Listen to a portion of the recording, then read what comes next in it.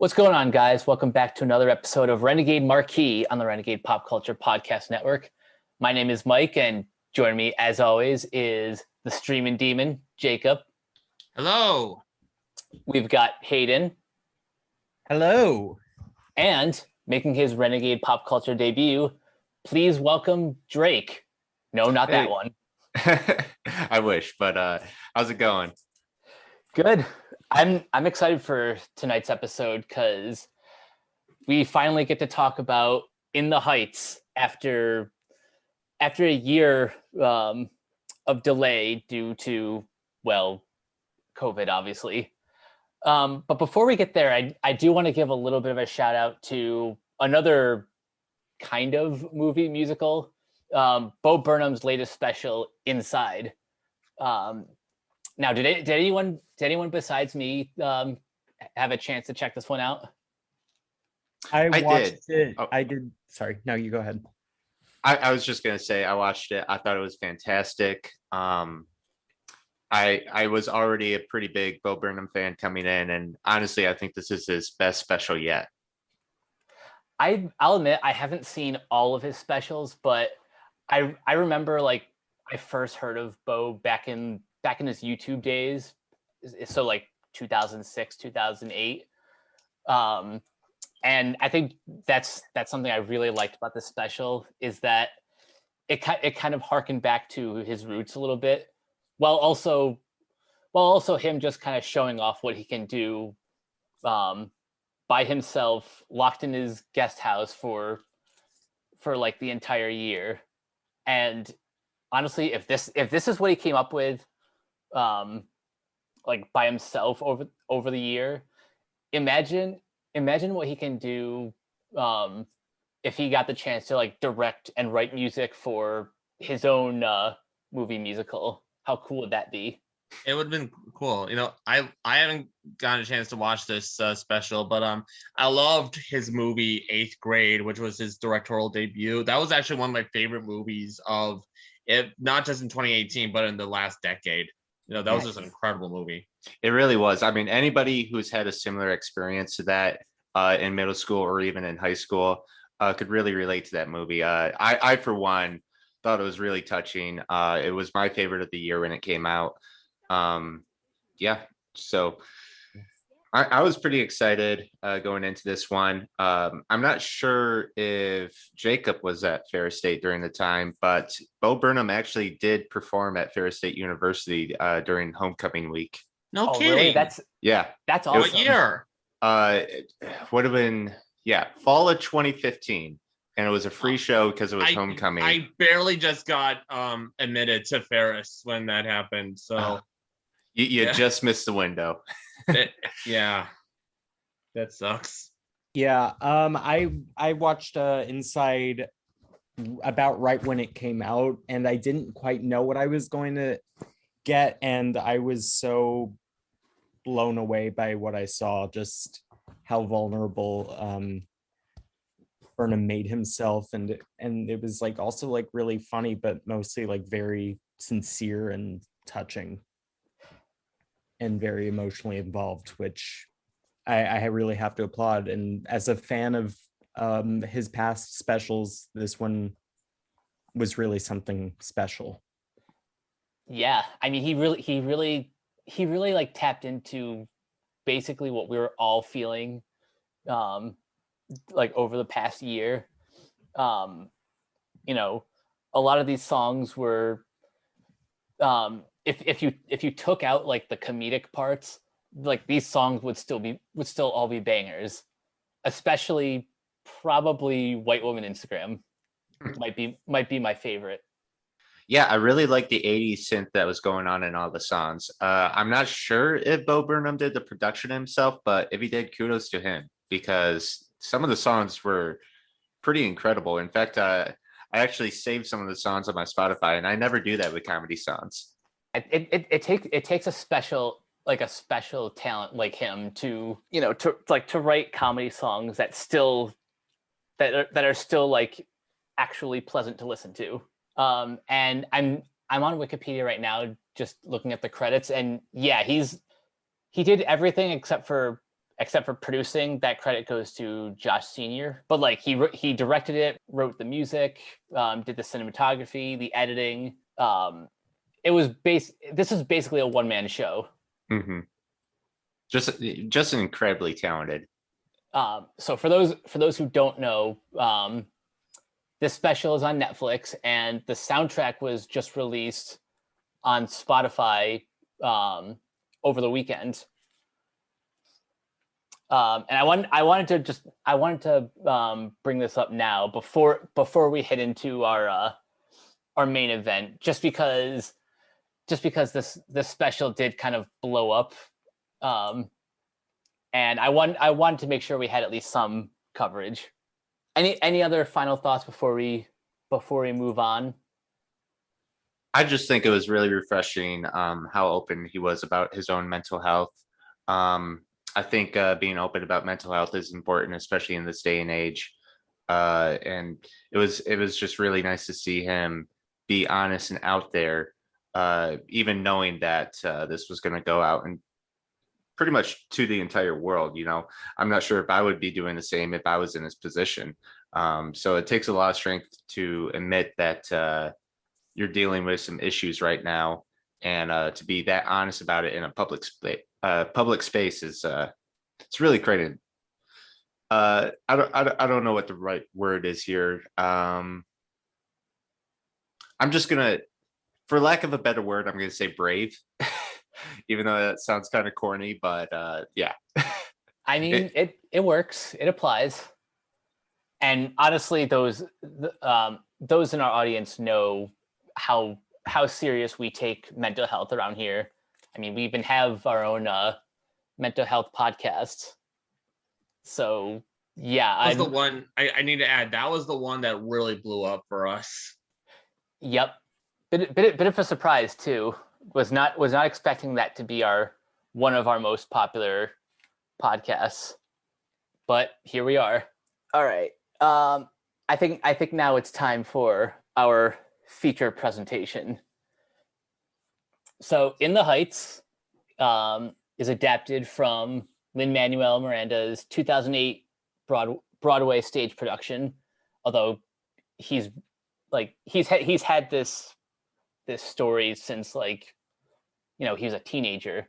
But the Broadway play was written by Manuel-Miranda and Chiara Allegria Hudes. I don't know if I pronounced that right. But the film was directed by Jon M from a screenplay by Hudes, and follows just a variety of characters living in Washington Heights. But at the center is our lovable bodega owner, Usnavi, working day in and day out to pursue his dream of moving to the Dominican Republic, following his Swanita. Drake, I'll start with you. Your general impressions. I really like this film. I'm not much of a musical guy, so I didn't come in expecting anything. I don't think I even saw any of the trailers. I was pleasantly surprised. I don't know why I was pleasantly surprised, because this was the guy who did Hamilton, and Hamilton is an excellent musical. I should have expected the same from In the Heights, and it really just blew my expectations out of the water. I loved it. Nice. Hayden? So I was already semi-familiar with the original stage musical, which I saw when it came on tour here when I was a teenager. And back then I think it was a little too mature for me. So I don't think I really got it back then, but seeing it now, now that I'm older and can appreciate all of it, this is probably my favorite movie of the year so far. Nice. And I was just really, really blown away by it. There's not really any way around it. I just thought it was so fantastic and beautiful and everything I wanted and more. Took the stage play and elevated it. yeah, not much else I can say there, but loved it. Nice. Jacob? I was a little more skeptical about this. I wasn't skeptical that the songs would be great because it's freaking Lin Manuel-Miranda, but like I was skeptical of how successfully a Broadway musical would go and be transferred into movies because they're not known for working. Let's just say, they do, like, it does, like, there's this big idea, this notion that if you transfer something from the stage musical to film, then something's lost, and then that special spark from a Broadway musical is missing. There are some films that are able to surpass that, but In the Heights, this blew me away. Like, this was a seamless transition from theater to Broadway, from Broadway to movies form. I think it was catchy, it was uplifting, it was just phenomenal. I thought it's easily one of the best movie musicals we've seen in a while. The sets were really incredible. I mean, just the entire scenery of the movie, it looked almost like a Broadway play itself. Yeah.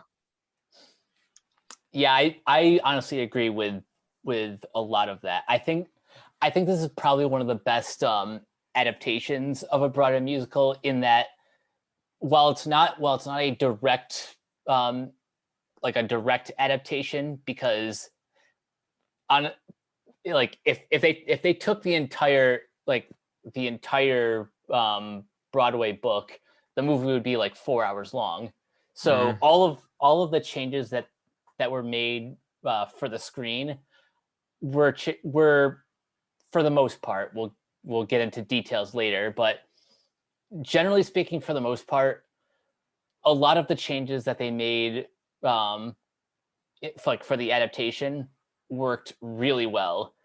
Out of all the movies I've seen this year, this is like, it's tied for number one with The Mitchells versus the Machines, which is it's been my number one since April.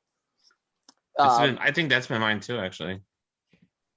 Yeah, but so far these two have been I'm pretty sure these two are going to stay at the top for a while.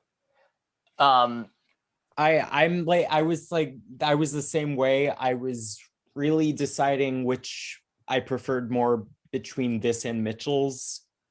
And for me, I think it just comes down to one scene, which I will talk about later.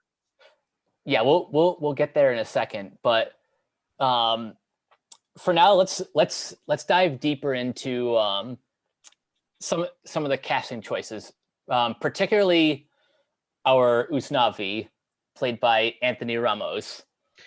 By the way, we had to mention Anthony Ramos. He played Hamilton's son, actually, on Broadway. Yep. Really? Yeah. Wow.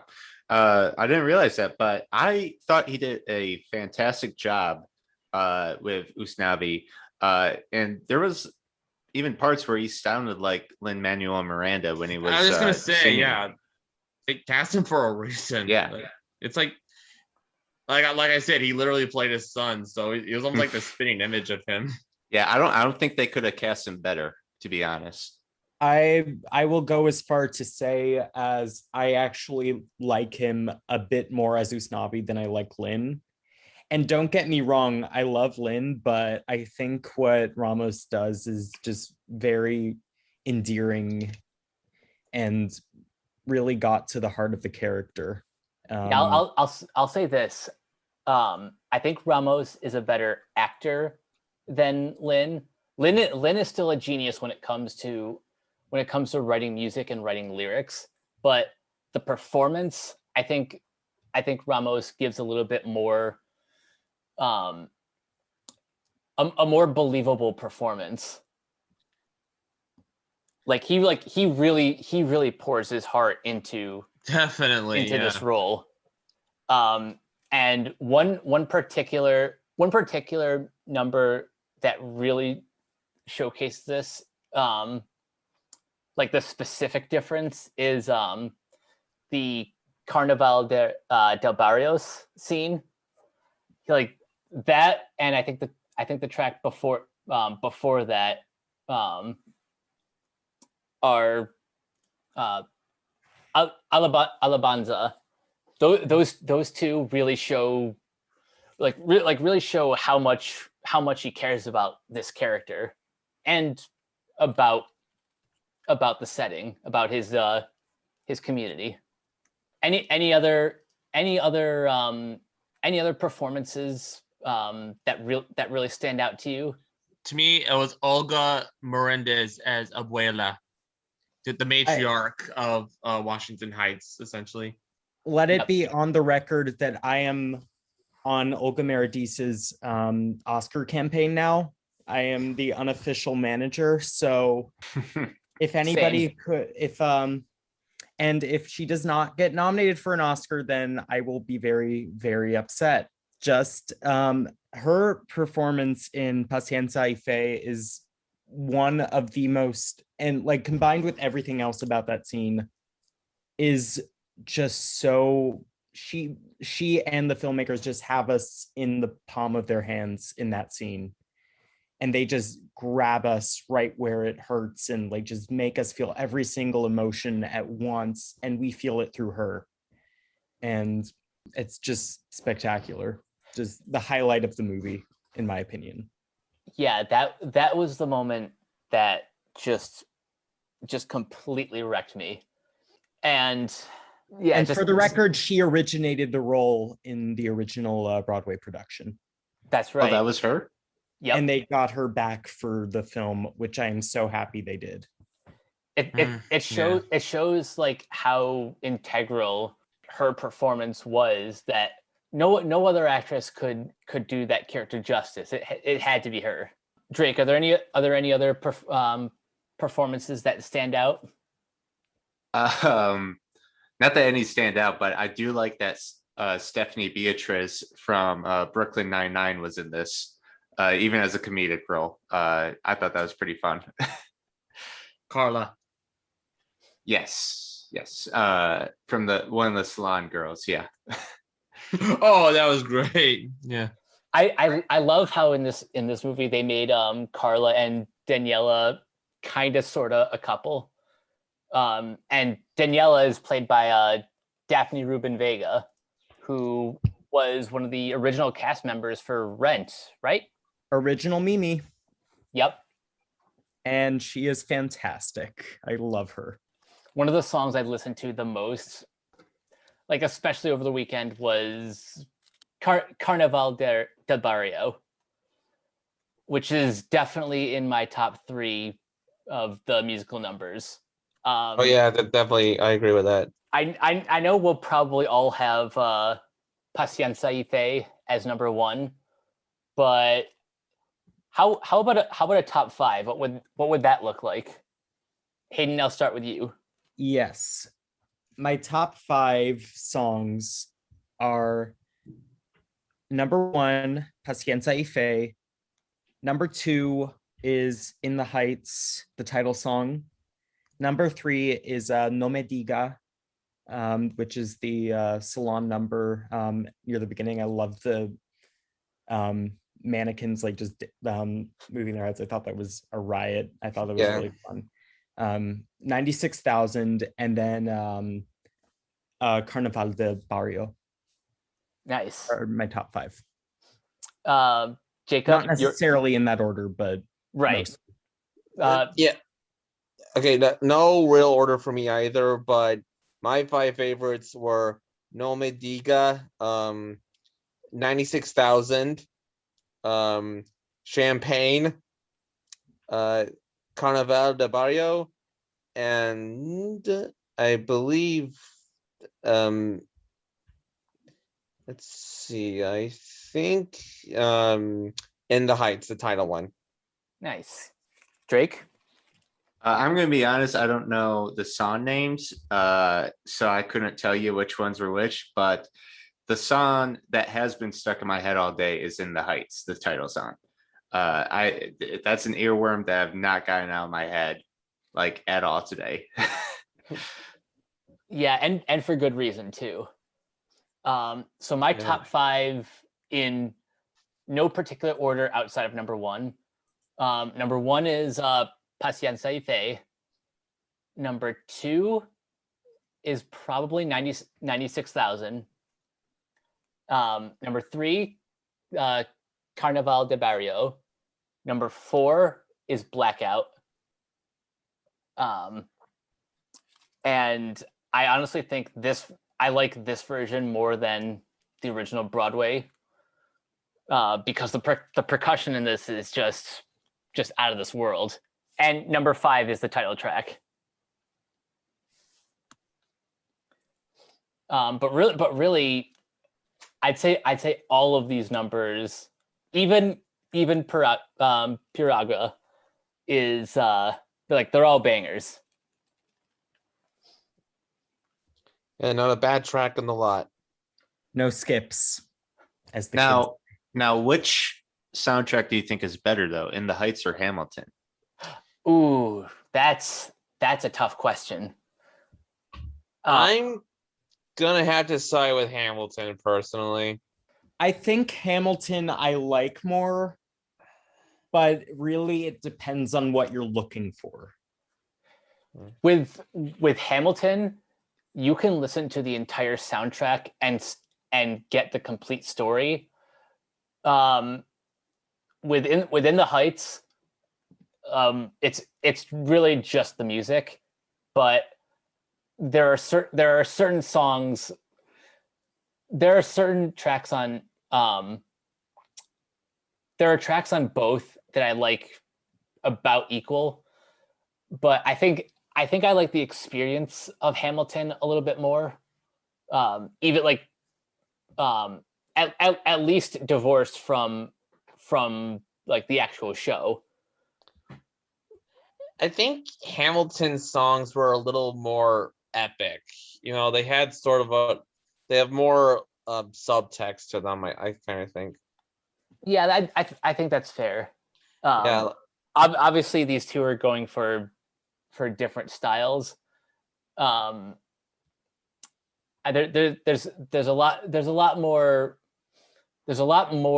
Latin influence in the Heights than there are in Hamilton. Yeah.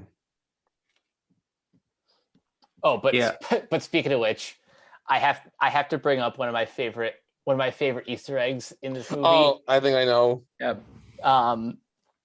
When I think it's Kevin Rosario who's on the phone with Stanford, and while he's on hold, "You'll Be Back" is playing. Yes. My entire theater lost their shit at that moment. Everybody instantly started laughing. And it really worked for the context of the scene too. I feel, because it's like the institution just like kind of just sort of waving him off, and I think that just works really well for the scene, like not only as like an inside joke but also thematically. So I thought it was a really clever touch. That's the best kind of Easter egg. There's like a hidden meaning to it. And the other Easter egg would be the casting of Christopher Jackson as Mr. Softy to Lin Manuel's. Oh yeah, that was George Washington, wasn't it? Yep. And really? I was wondering where I knew that guy. Yeah, he looks so familiar. He was George Washington and also the original Benny. Yep. In from the Broadway production of In the Heights. He also provides the singing voice for Moana's dad. He did like the song Where You Are. Consider the coconut. The what?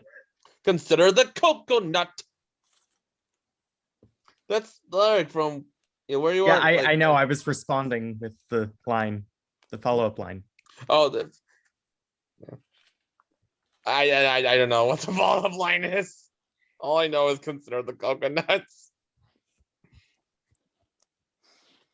All you know is that this island gives you what you need. Yeah.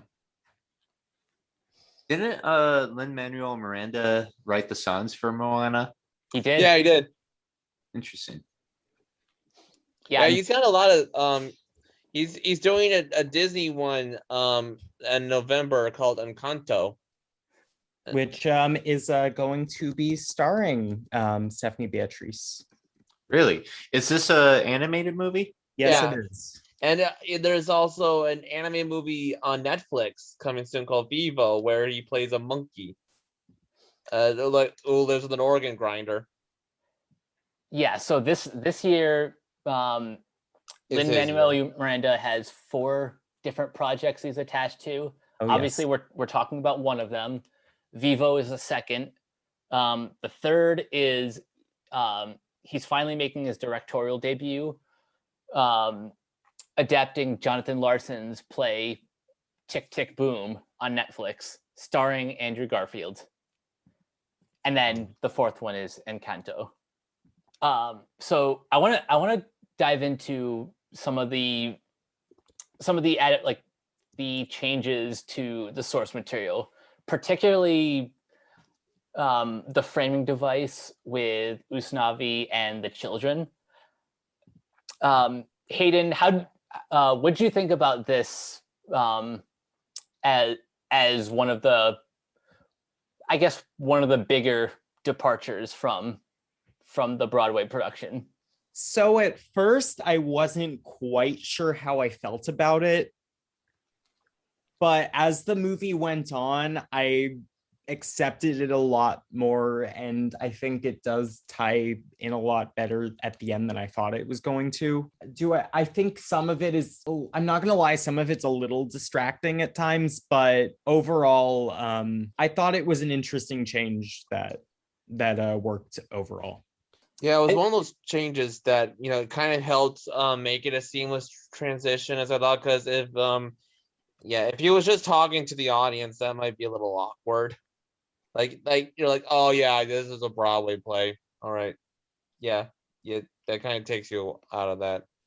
I thought it really helped to add like an extra layer to like the theme of legacy and you never fully outgrow your roots. Exactly. I do want to say that in my head, I couldn't help but picture him narrating every single aspect. It was just and then I stepped on the sewer grate and it scratched like a record, and I stepped it down. And I noticed the kids were laughing as if they all had the same vision. I just was trying to think in my head how he was narrating that, but suspension of disbelief. Yep. Speaking of which, I think one of the coolest set pieces that I'm still trying to figure out how they pulled it off was Benny and Nina's duet when the sun goes down and they're dancing all over the fire escapes. I have no idea how they actually pulled that off. I think what they might have done is I can't remember if it's single take or not, but do you remember if it was a single take or a single shot? It's hard to say. Because if it was a single shot, what could have happened was they could have had a set that is rotating, so they would be standing on one side and then it would slowly move while the camera is moving with it. Like the hallway in Inception.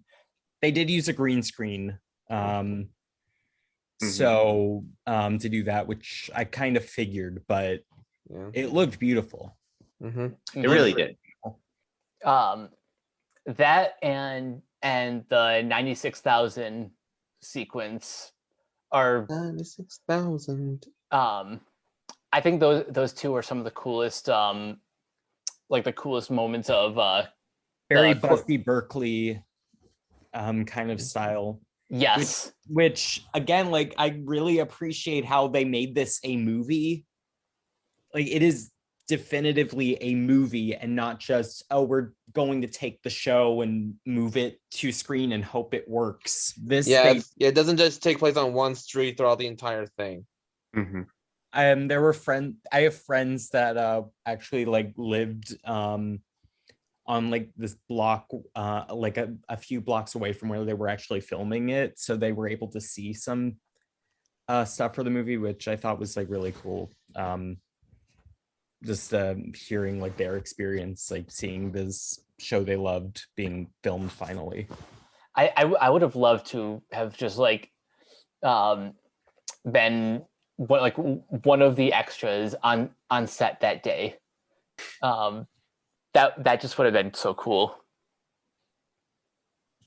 Honestly, I think just being an extra is the best job you could have. I mean, you just get to show up to movies, make cameos in all these big movies, and not have to memorize any lines. Just show up, stand there. It's the life. So I've heard. Now recently there have been some. There's been a little bit of backlash in terms of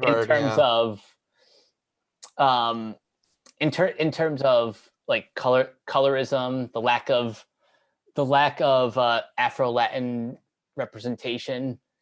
I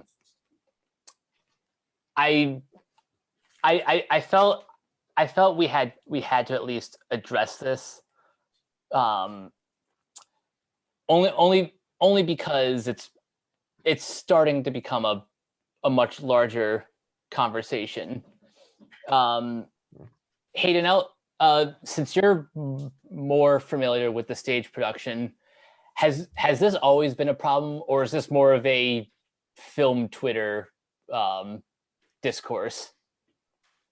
I mean, I think that it is an issue, but then again, all movies have their own set of issues that they might have to deal with, and like their own controversies in a way. So I do think it's an oversight, but at the same time, I think that people involved on the movie have been receptive to the criticism, and hopefully they can make adjustments for the future. Yeah, they have seemed to take accountability for this oversight, which I appreciate them doing, but then again, it's not really for me to say personally. yeah, me neither. I'm unfamiliar with this controversy. Can you refresh me on what exactly it is? So essentially, they cast a lot of lighter skinned Latinx people, and not any with any dark skinned or Afro Latinx people in the cast, which has raised some issues of prejudice in the casting process, which it is an ongoing issue everywhere. It's not just here. It's not an isolated. It does have some unfortunate implications. Yeah, when they have lighter skinned actors, like, and then there actually are in Washington Heights. Yeah, that's the root of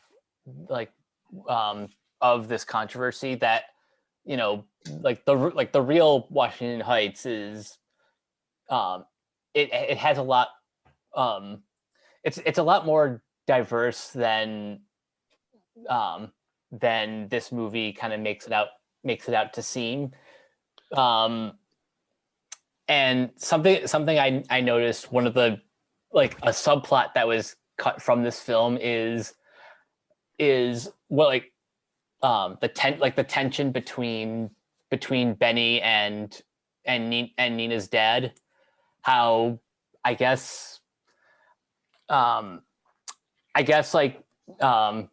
Kevin doesn't really approve of the two of them dating because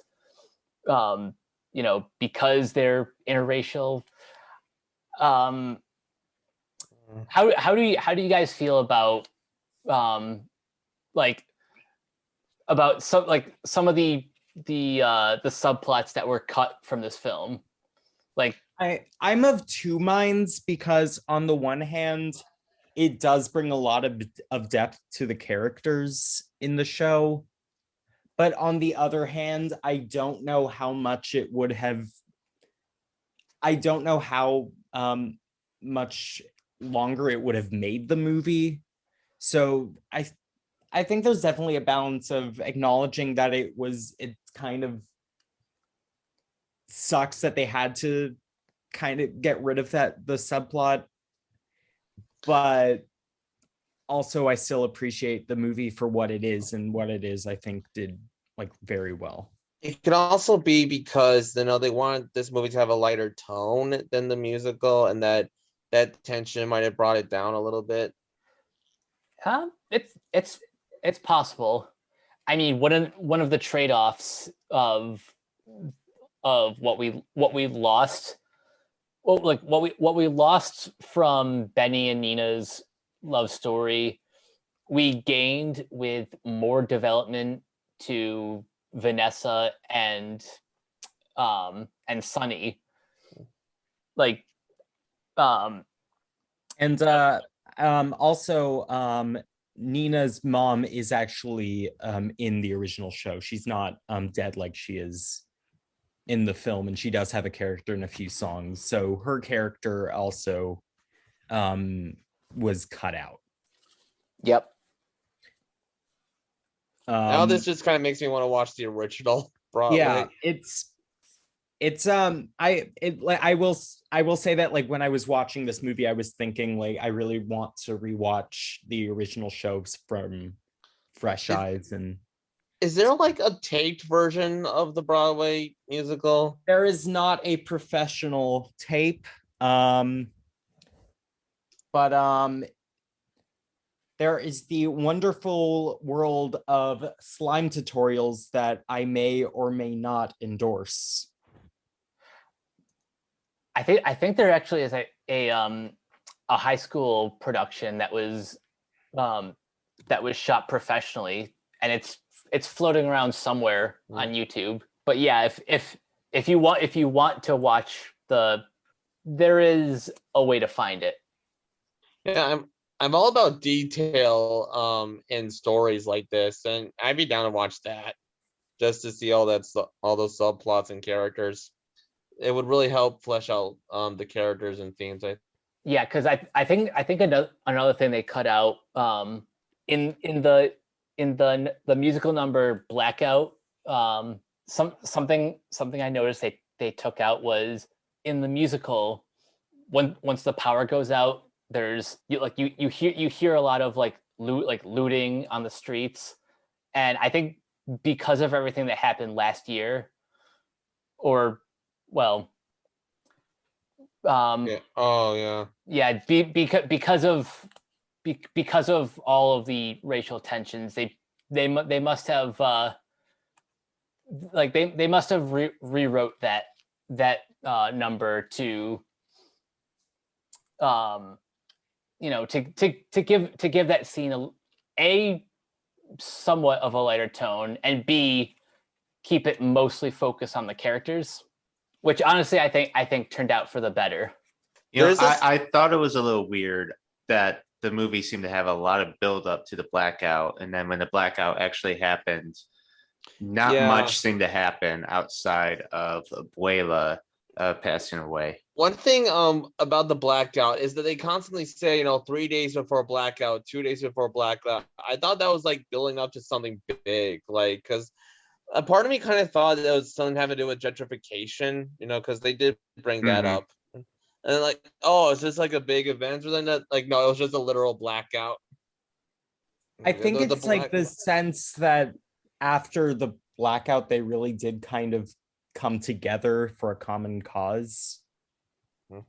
Following Abuela's death, spoiler alert, they really came together for a common cause, and to be able to fight anti-immigration laws that were Yeah, the powers in that be. place, and all embracing their heritage in Carnaval del Barrio. Yeah. At first, I thought the power only went out because it was really hot. That's honestly what I thought at first too. Is that not why the power went out? No, it was because their power was shut down by the government, I think. Oh. Huh. Yeah, it was the government. I mean, the heat didn't help, but there was more to it than that. Right. I'm sure And- I'm sure what's implied is that because of the heat, people were using more electricity for like AC and stuff, and the first grid that they decided to shut down would be the more impoverished areas. And also, the blackout is the Act 1 closer in the original show, and I think they were kind of emulating that in a way when they were translating it. So that was like what they were building to, kind of, if that makes sense. Yeah, I can see that. So it's like kind of the breaking like off point.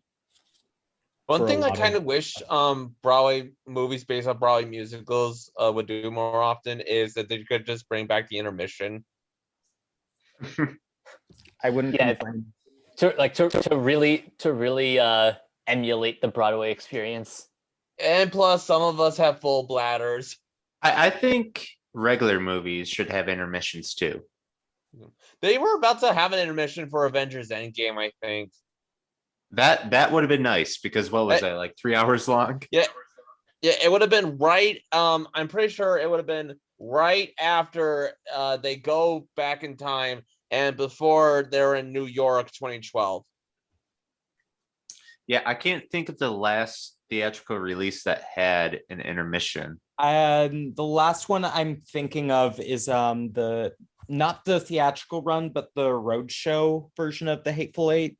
I was gonna say that one seems like the last one to do a Which I did actually see intermission. the roadshow version of, just because I kind of felt like I had to. It was in the area, and I just felt like I kind of wanted to see it like that because that was. But anyway, but having an intermission was interesting in that for that movie. Should we also bring up what were like the little visual touches that you guys liked? Because John Chu, I thought he helped transition it really well. I think, like, was there like any individual shots or edits that stuck out to you guys? Just the way everything was shot, like in Paciencia y Fe, specifically that alleyway shot with all the people lining up in a row, and just the way that alley was lit, with all the colors, just it's a beautiful moment. One thing that's kind of stuck out to me was when Usnavi was looking out the window and you can see in the reflection the people dancing, and it was almost like they were dancing around his head. I thought that was cool. Yeah, that was really cool. Or like when Sunny and Vanessa, when they were having their number, and like Sunny, he's hopping backwards, and it turns out that he was playing hopscotch. Also, I'm just bringing this up because I just saw this. Champagne, apparently that number was the scene was actually live for that particular Oh song. no, it was Benny. It was Benny. It wasn't Sunny. Oh, you're thinking of When You're Home. Yes. Yeah, that's a fun track. But Champagne was actually the singing was live on that, which I thought was really cool. Like they did it well and they didn't really overdo it like some recent movie musicals. Wow. Cough, Tom Hooper. Cough. Oh God, cats. Wait, are you talking about Les Mis or Cats? Les Mis and Both. Cats. Both. Another thing, this In the Heights is kind of reminded me just why Les Mis failed so much as a musical, because that tried way too hard to be realistic. Like it kind of felt like it was ashamed that it was a Broadway musical. The problem with Les Mis is that it broke all the rules without necessarily understanding or respecting them. Yeah, like all the extreme close-ups, for instance. I actually do like the Les Mis movie for what it is, but at the same time, it's not because of Tom Hooper's direction. And I fully acknowledge how much it does not work as a musical. I like it in spite of its issues, but I fully acknowledge that there are a lot of issues with that movie. It's far more a curiosity than an actual quality work of art. They really tried, but didn't really worked out in some ways, but really did not pay off in others, is what I will say. We might be going off tangent here, but has any director had a worse career trajectory than Tom Hooper, going from The King's Speech to Les Mis to The Danish Girl to Cats? It's like each movie gets worse than the last one. Well, the thing with Shyamalan is he came swinging the other way, starting with The Visit. Yeah, that's true. I'm just saying, from that particular trajectory from Sixth Sense to Last Airbender, there was really nowhere to go but up from there. I don't know.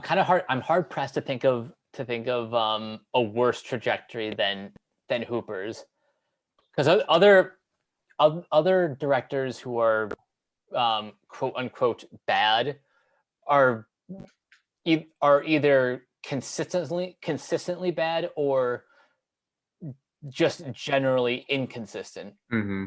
Like a Tim Burton type. Yeah. There's this one little detail that they changed. The 96,000 song, originally, apparently the lyrics were originally, "I'll be a businessman richer than Nina's daddy. Donald Trump and I are on the links, and he's my caddy." Yeah, it's originally those were the lyrics, but then obvious why they changed that. They changed it to Tiger Woods. Yeah, I think they announced that before the movie actually came out. So, and I instantly was like, yeah, that's probably the right decision. Also, all of the songs are basically like in different order, are all in different orders now, compared to the show.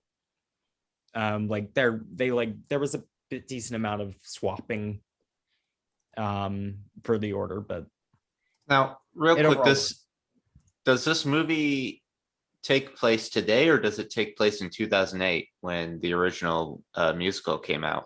It definitely takes place more today than the show did, because there are references in the text to stuff that was after the play came out, so they definitely like modernized it, which also I think benefited it in the end. Mm-hmm. Because Sonny's subplot of being undocumented, that was not in the original show. Yep, that was one of his more developed traits. And the other one was Vanessa, who instead of running away from an abusive household, she's like her dream is to become a fashion designer. And also it's worth mentioning, Paciencia y Fe happens a little bit earlier in the show, and that's not actually it does not precede her death as it did in the movie. Which I actually like, because I actually really like the decision to make that like kind of her swan song and like her like going into the light, so to speak. I thought that was a change that benefited the narrative for me. Same. Another change is this one might not be as big as some of the others, but the lottery ticket. In the Broadway play, the Carnaval de Barrio sequence has a lyric that directly references Abuela's lottery number, and that's what they're celebrating. But in the film, it's one of those last minute reveals. Which version of that subplot did you like better? I like it when it was just a reveal at the end. Yeah, I thought the reveal at the end was the way to go, and I thought like Ramos's acting when he like finds the ticket is really a great moment. Like he's looking at, he's like, "This was your plan all along." And he was just so overwhelmed, and you can like see him and he's like crying through like his and working out like those emotions. I thought he was like really good and powerful in that scene. And it was like Abuela still being a mother figure to everyone, even in death. So I will bring it up. How did all of you feel about Lin Manuel's cameo? And I'm putting that kind of in quotes. Personally, I liked it. I'm glad that he wasn't like a full-fledged character, and it wasn't also just like a 5-second cameo. I like that little send-off, or I guess not send-off, but passing of the torch that was at the beginning of the movie. I don't know. I thought he did a good job. So my thing is, I think he was really good and right for the role. There is something about it that like feels like the song went on a little too long, and it kind of took away from the story a little bit. But like it's not really anything that is strong enough to like make it a bad movie or anything. It's just I won't lie and say that I wasn't a little distracted by it. Yeah, I'm of two minds. On the one hand, like I completely understand why he would cast himself in that role. It's just small enough that that he's not necessarily a distraction. It's the same reason why Julie Andrews turned down a cameo in Mary Poppins Returns. That's right. They gave it to Angela Lansbury in that one because she didn't want people to watch it going, "Oh, look, it's Mary Poppins." And she said, "This is Emily Blunt's movie, okay? This isn't mine." Right. Huge kudos to her. I think like the cynical side of me feels that the only reason he cast himself in that role is that, you know, he could hang out on set without like stealing too much of the spotlight, and also so he could metaphorically pass the torch to Ramos. Yeah, I think the only issue was that it went on like maybe, I want to say like 30 seconds longer than it maybe should have. But the end credit scene, I think like I was able to appreciate a lot more because it wasn't really in the entire narrative. But again, it's a nitpick. The end credits scene is what ultimately made me come around, because it does end on a positive note with him and Mr. Softy sharing a piragua and coming to a truce. I'm just gonna ask though, why would you want like soft serve in like such hot weather? Like that's like the one where you would want like the piragua, the like snow cone type thing. Yeah. For me, I think like soft serve would be too much and hot, like a massive heat wave. But you know, that's just me. Should we talk about what was Abuela? What was her number called? Paciencia y Fe. Okay. That was a big one for me. That was, I think that actually might be somewhere in my top 5. I might swap that out with another. I would swap out In the Heights with that one probably. I mean, that was her moment, man. That struck me. I heard sobs from audience members like a couple of feet away from me. And I think that like says it all. Like it reached, like it like hit for a lot of people. Yeah. Again, a movie that's able to make everybody feel that emotional, I think deserves a shout out. Mm-hmm.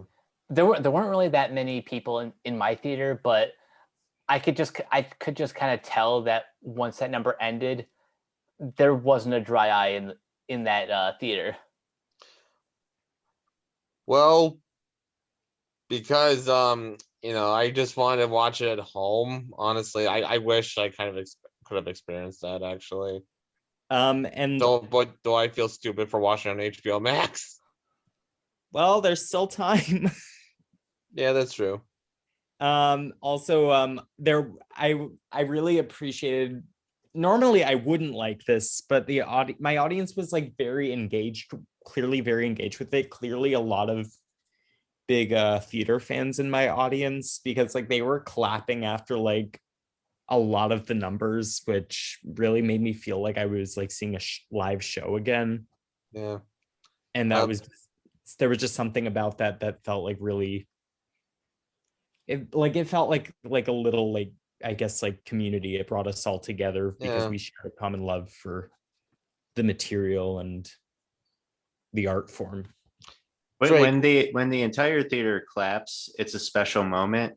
When only one person claps, though, you think, who is this jackass in the theater? Yeah. That happened when I saw Wonder Woman 84 and Linda Carter's cameo came. There was only one guy who applauded. I felt so bad for him. I would have just started applauding with him, honestly. Yeah. To make him not. I honestly feel so alone. I don't know what Linda Carter, what she looks like now. So if she made a cameo, I wouldn't have known. Yeah. Drake, how did you see this movie? In the Heights? Yeah. I saw it on HBO Max. Although so it's 50-50. I love theaters. I have been going to the theater since I've been vaccinated. I just can't justify paying $10 to see a movie that I could watch for free on my roommate's HBO Max. Thank you. I feel like I'm the only one now. For me, I kind of made like a personal decision when this movie was first delayed, when it was delayed because of the pandemic, and it was supposed to come out in June of last year. I said to myself, you are going to see this in theaters no matter what. Yeah, and that's. And I kind of felt like I had to make good on that promise. And yeah, I could understand that. Because I said the same thing. Just as soon as I saw like the very first trailer, that's when I decided, you're seeing this in theaters. I don't care what happens. Like, no, like rain or shine, you're seeing this movie. I kind of feel a sense of obligation to see every new musical movie on the big screen. Like just kind of as like a personal decision. I feel like, really, because I'm a theater fan and I kind of feel like I need to support more of that in film, and I'm glad I did. I was really happy, and I saw it in IMAX too. So I'm really happy I made the decision. And considering the movie is sadly underperforming a little right now, I am going to be on my soapbox and say, if you can, please try to give it some more love in theaters. I gotta say, I was surprised to see its box office numbers. Not only did it lose to A Quiet Place Part 2, which is in its third week now. Yep. But also apparently its streaming numbers are not great either, which really surprised me. I don't know if it was a marketing problem. You'd think that the musical made by the same person who did Hamilton, which was a huge hit, and it's for free on HBO Max. You think that would do huge numbers, but it's underperforming for some reason. Yeah, I think the reality is, and as much as we all kind of hate to admit it, star power, and by that I mean like on-screen star power, is more important. It's far more important than we give it credit for. And originally, this movie was going to be made by Universal, but they wanted Shakira or Jennifer Lopez in it. Who would they play? I'm assuming Vanessa or Nina. They're just way too old to be playing those characters. I mean, feel like these characters Daniela. are in their early to mid 20s, correct? No, I'm gonna say maybe Daniela. That I think that would make sense for. Yeah, I could see J-Lo playing Daniela. yeah, But yeah, I don't know. This movie was in like production since like 2008 when the show came out. yeah. So it's been kind of a long journey. It was going to be Kenny Ortega doing it at first. Oh, thank God. Thank and God they also- didn't make it in 2008, because in 2008 they probably would have screwed up and casted like freaking Tom Cruise as Usnavi. Oh boy. I don't know if that bad, but I wouldn't put it past. But actually, this movie has been so long that Harvey Weinstein was going to produce it at one point. Oh yeah. Oh yikes. Yeah. It was going to be Harvey Weinstein and Jay-Z, but then once Me Too happened, Jay-Z's like, nope, I'm out. That's why. So I don't know if the Weinstein company still exists or if they operate under a different name. They are like more. They are dead as a doornail. Okay. They're They're not operating under a different name or anything. Yeah, they're just done. Okay. Actually, I think they are operating under Lantern Entertainments, but yeah, the Weinstein name obviously They just acquired like the assets of Weinstein, but like they're not like the library of Instant. Yeah, they Gotcha. mostly have control, but yeah. I am really curious as to what's going to happen with the remake of West Side Story. Yeah, who do they have cast? Ansel Elgort.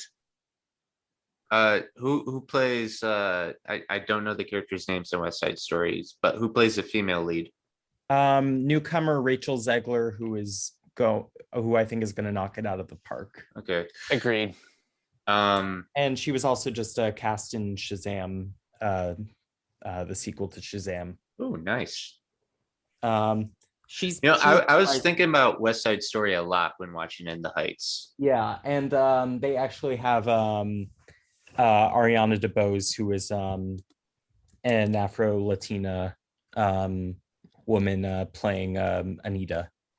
One movie that did kind of remind me of too was, strangely enough, Vampires versus the Bronx. Well, yeah, that's because Yeah. Gregory Diaz the fourth, Sonny, he's in both those movies. Yeah.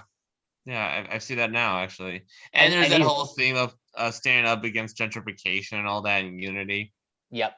He's great in both of these. I'm glad that he's starting to break out a little more. Yeah, that was a fun Um, one. Vampires versus the Bronx. Did you hear about that one, Drake? I have not seen that one. Oh, It's on Netflix, and it's a really fun urban horror film. Okay. think if Oh. Spike Lee directed a Goosebumps adaptation. Really? Yeah. Yeah, it's got that sort of flavor, and it's awesome. I'll have to check that one out. And on another note, this really made me think of how they could like redo Rent as another movie. Because Yeah, this is something we talked about off air, that if Yeah. they're going to redo Rent, what they have to do is cast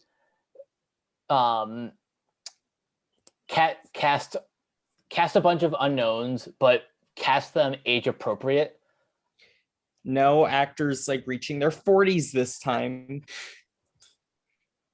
because that really didn't work the first time, and get a director that actually seems comfortable with the material and understands what it's about, and not the director of Mrs. Doubtfire in the first two Harry Potter films. Oh, it was Chris Columbus. Chris Columbus Yep. directed the Rent movie. Wow. I have not seen that one. Which was not a good choice.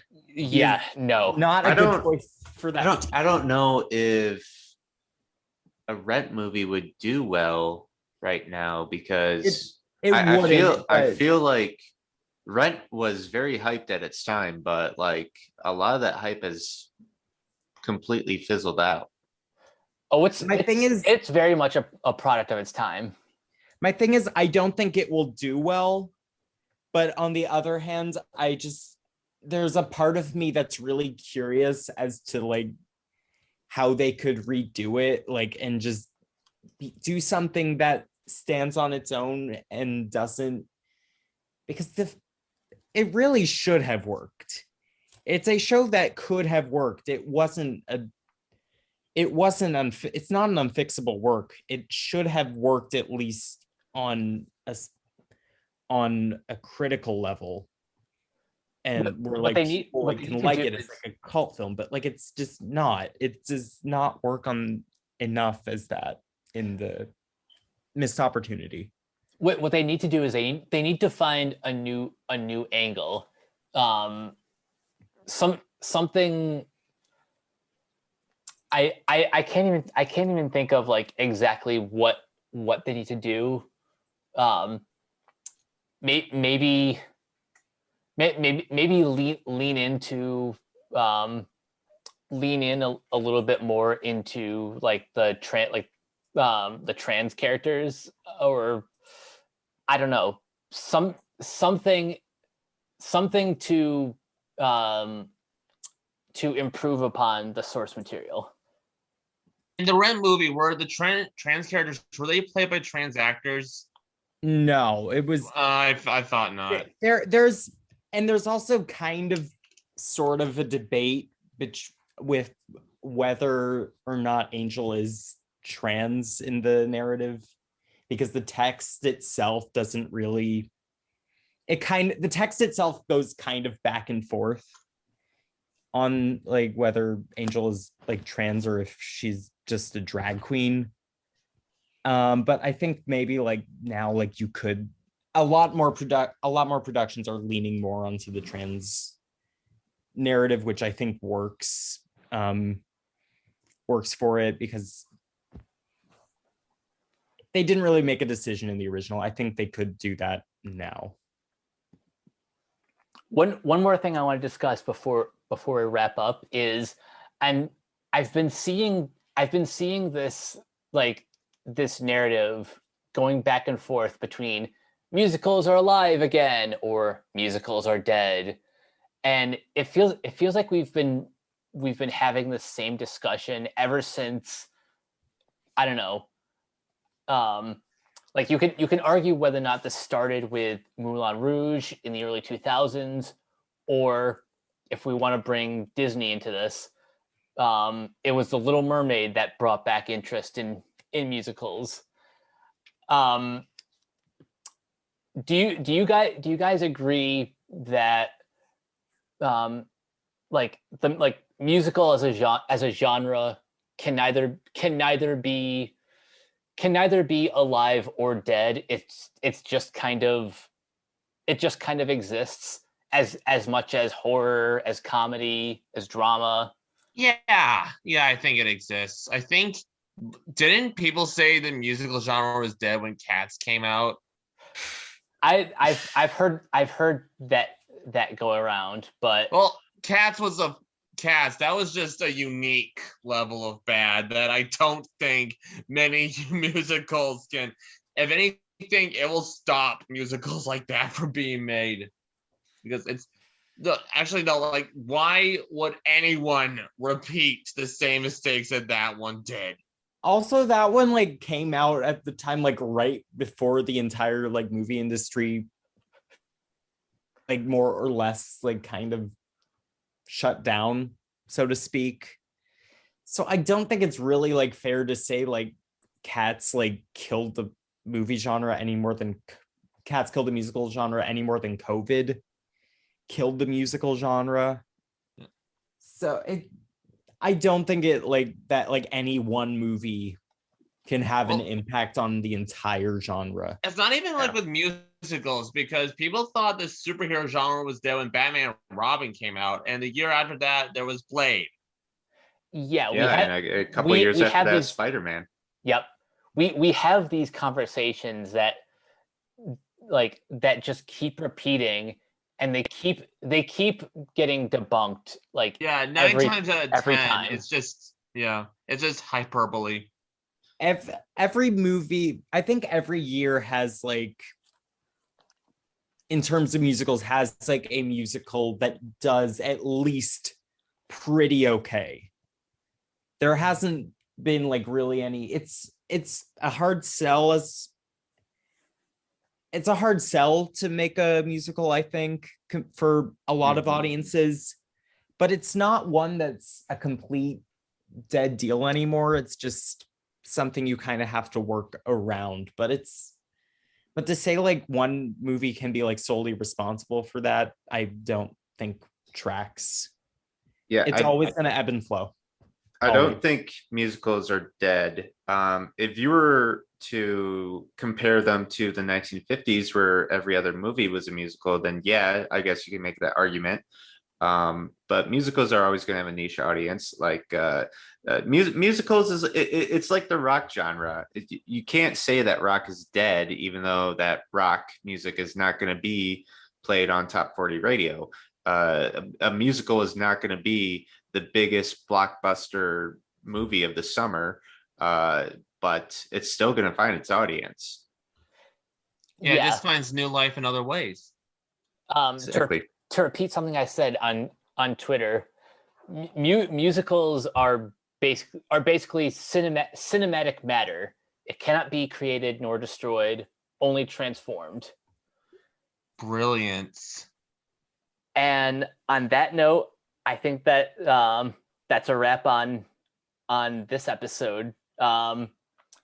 Before we go, I want to thank everyone for joining us.